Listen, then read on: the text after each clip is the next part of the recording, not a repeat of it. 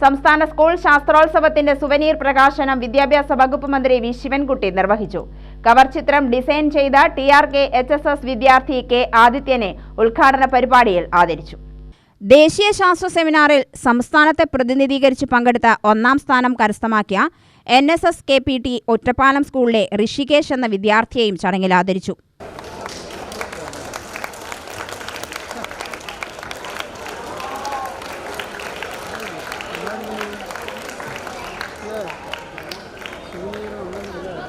Palakkad government മോയൻസ് model higher secondary സ്കൂളിൽ നടന്ന പരിപാടിയിൽ MLA-മാരായ Rahul Mamkootathil, KD Prasenan, A Prabhakaran, N Shamsuddin, P Mammikutty, ജില്ലാ കളക്ടർ MS മാധവിക്കുട്ടി, പൊതുവിദ്യാഭ്യാസ ഡയറക്ടർ NSK ഉമേഷ്, പൊതുവിദ്യാഭ്യാസ വകുപ്പ് ADPI CA സന്തോഷ് എന്നിവർ സംസാരിച്ചു.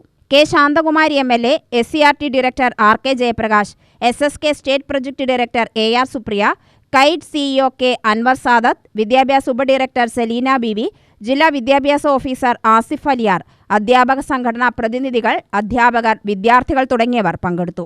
UTV news, Palakkad.